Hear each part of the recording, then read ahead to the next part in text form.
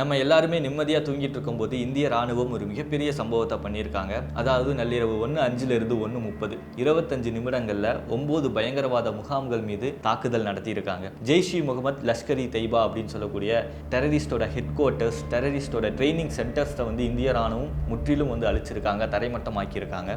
இந்த மிஷினை சக்ஸஸ்ஃபுல்லாக முடிச்சுட்டு இந்தியன் ஆர்மியிலிருந்து 2 பெண் அதிகாரிகள், colonel Sofiya Qureshi, wing commander Vyomika Singh அப்படின்னு சொல்லி 2 பெண் அதிகாரிகள் இந்த தாக்குதலை எப்படி துல்லியமாக நடத்தினாங்க அப்படின்னு சொல்லி பேட்டி கொடுத்துருக்காங்க.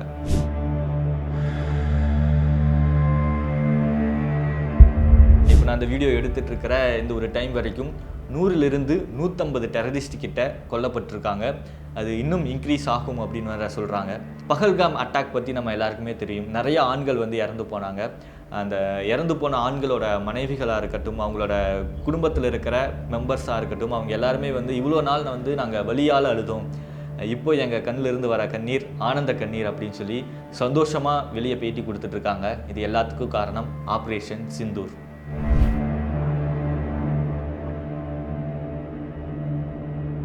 இந்த ஆப்ரேஷன் சிந்தூர் எதற்காக அப்படின்னு சொல்லி ஷார்ட்டாக சொல்லி முடிச்சிடுறேன். பஹல்காம் அட்டாக் பற்றி நம்ம எல்லாருக்குமே தெரியும். கிட்டத்தட்ட 26லிருந்து 28 ஆண்கள் வரைக்கும் கொல்லப்பட்டாங்க.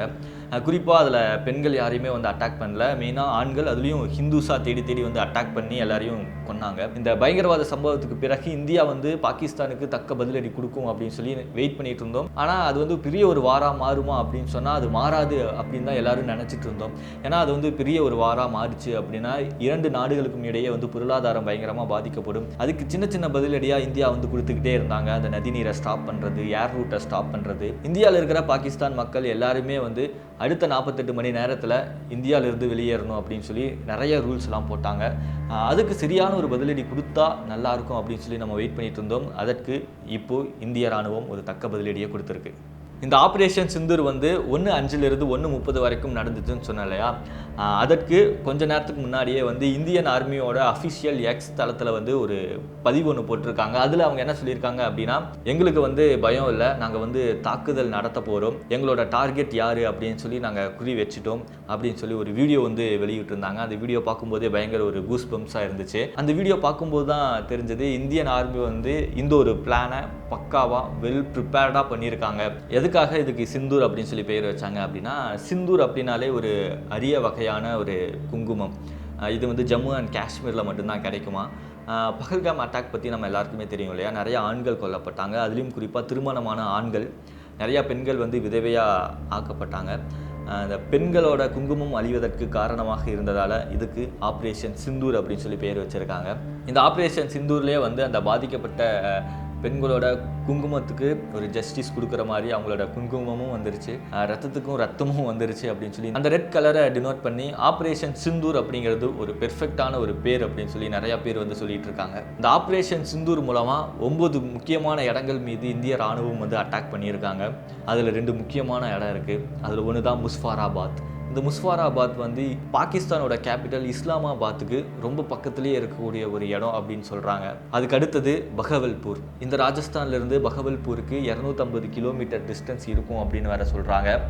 அதை ரொம்ப துல்லியமாக இந்தியன் ஏர்ஃபோர்ஸ் பாகிஸ்தான் எல்லையை தாண்டி உள்ளே போய் அட்டாக் பண்ணிவிட்டு வெற்றிகரமாக வெளியே வந்திருக்காங்க. இதில் இன்னும் கோட்லி, குல்பூர், பிம்பர், ஷியல்காட், ஷா கம்ரு, புக்தி அப்படின்னு சொல்லி நிறைய முக்கியமான டெரரிஸ்டோட முகாம்கள் மீது அட்டாக் பண்ணியிருக்காங்க. ஆப்ரேஷன் சிந்தூரில் ஒரு நல்ல விஷயம் இருக்குது. ஆப்ரேஷன் சிந்தூரே ஒரு நல்ல விஷயம் தான். அதில் இன்னும் ஒரு நல்ல விஷயம் இருக்குது. அது என்னது அப்படின்னா, பாகிஸ்தானோட பொதுமக்களை யாரையும் நம்ம அட்டாக் பண்ணல, பாகிஸ்தானோட ஆர்மியை நம்ம எதுவுமே அட்டாக் பண்ணல. பாகிஸ்தானில் இருக்கிற டெரரிஸ்ட், அவங்களோட ஹெட் குவார்ட்டர்ஸ், அவங்களோட ட்ரைனிங் சென்டர்ஸை மட்டும்தான் இந்தியன் ஆர்மி அட்டாக் பண்ணியிருக்கு அப்படின்னு சொல்லி ஒரு விளக்கம் கொடுத்துருக்காங்க. அதில் குறிப்பாக இப்போ கிடைச்ச நியூஸ் வரைக்குமே ஜெய்ஷ் இ முகமதோட சீஃப் மசூத் அசார், அவங்களோட ஃபேமிலி மெம்பர்ஸ் 10 பேர்கிட்ட கம்ப்ளீட்டாக நியூட்ரலைஸ் பண்ணப்பட்டிருக்காங்க அப்படின்னு சொல்லி இந்தியன் ஆர்மியிலேருந்து அஃபிஷியலாக சொல்லியிருக்காங்க. இந்த ஒரு ஆப்ரேஷன் சிந்தூர் மூலமாக இந்தியாவோட பலம் என்னது அப்படின்னு சொல்லி பாகிஸ்தானுக்கு கண்டிப்பாக தெரிஞ்சிருக்கும். இதில் ரொம்ப நெகிழ்வான ஒரு சம்பவம் என்னது அப்படின்னா, பஹல்காமில் இறந்து போனாங்க இல்லையா அந்த ஆண்களோட குடும்பத்தினர்கள், அவங்க எல்லாருமே இன்றைக்கி பேட்டி கொடுத்துருக்காங்க. அவங்க சொல்லும்போது, இன்றைக்கி தான் என்னோடய பையனோட ஆத்மா சாந்தி அடைஞ்சிருக்கும், இன்றைக்கி தான் என் ஹஸ்பண்டோட ஆத்மா சாந்தி அடைஞ்சிருக்கும் அப்படின்னு சொல்லி ரொம்ப மனசுக்கு உருக்கமாக பேசிகிட்டு இருந்தாங்க. அது மட்டும் இல்லாமல் இவ்வளோ நாளாக நாங்கள் ரொம்ப கஷ்டத்தில் அழுதுகிட்டே இருந்தோம், எங்களோட லைஃப்பில் அந்த சிரிப்பு அப்படிங்கிறதே வந்து அந்த அட்டாக் அப்புறம் காணாமல் போயிடுச்சு அப்படின்னு சொல்லி நினச்சிட்டு இருந்தோம். இதுக்கப்புறம் எங்களோட வாழ்க்கையில் வருத்தம் இருந்தாலும் திரும்ப சிரிக்க ஆரம்பிக்க போகிறோம்.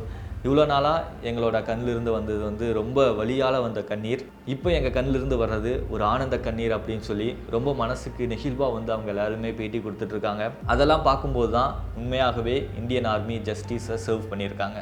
இந்த ஆப்ரேஷன் சிந்தூர் முழுமையாக முடிஞ்சிருச்சா அப்படின்னு சொல்லி கேட்டிங்கன்னா கிடையாது.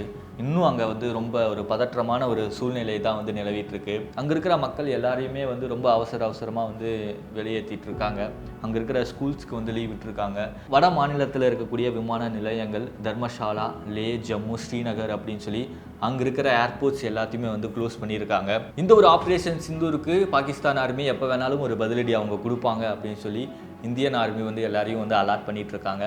காஷ்மீரோட பார்டரில் பாகிஸ்தான் ஆர்மி வந்து திரும்ப பதிலுக்கு அட்டாக் பண்ணிகிட்ருக்காங்க.